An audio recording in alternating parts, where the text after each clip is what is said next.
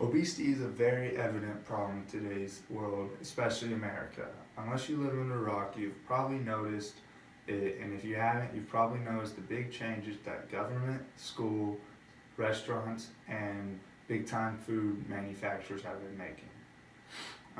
They're making these actions to lower obesity rates by helping Americans make healthy and smart decisions when it comes to eating habits.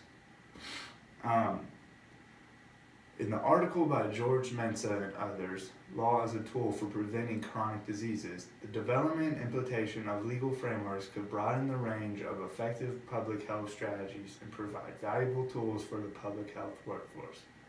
I put these legal actions and frameworks into 3 different categories: restriction, taxing and funding, and educating. First one, restriction. I'm going to start off with an example. Anyways, you probably know what restricting means. Just making certain things and actions more unavailable to people. So, for example, legislation enacted in Kentucky limits the beverages available in schools to water, 100% juice drinks, low-fat milk, and beverages with no more than 10 grams of sugar per serving. But you can't always just restrict things. Kids will always figure out how to get unhealthy foods outside of school. An article titled "Food Marketing to Children and Youth" claimed that in 2004, about $10 billion was spent on the market of food and beverage products to the youth, including sugar-sweetened beverages, sugary cereals, candy, highly processed foods with added sugar, fats, and sodium. This is basically kind of people taking advantage of kids' easily influenced choices.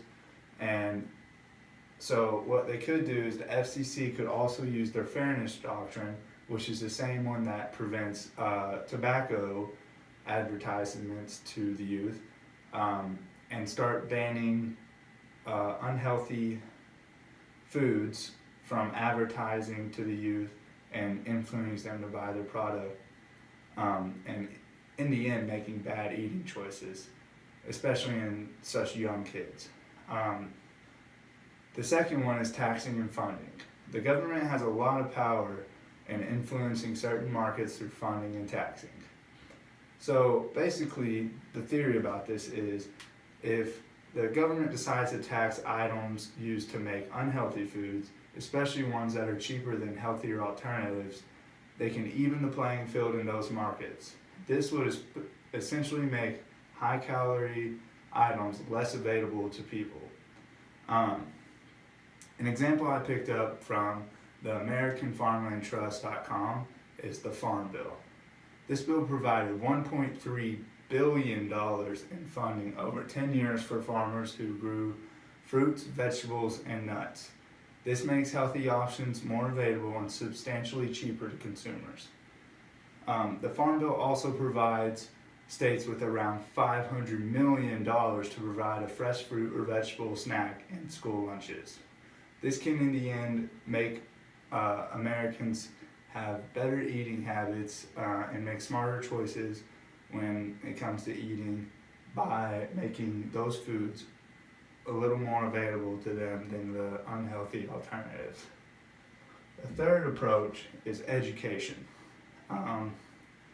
Basically, you might notice this one the most is, if you've gone to any school, just educating the public on nutrition and making healthy choices.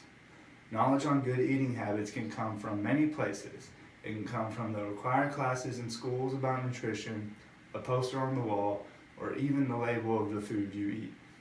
If you look on the front of anything you eat, you'll notice in the corner, it probably has something that says how many calories per serving there are. This technique is called traffic light labeling and will ensure that you don't get fooled and consume something because of tricky labeling.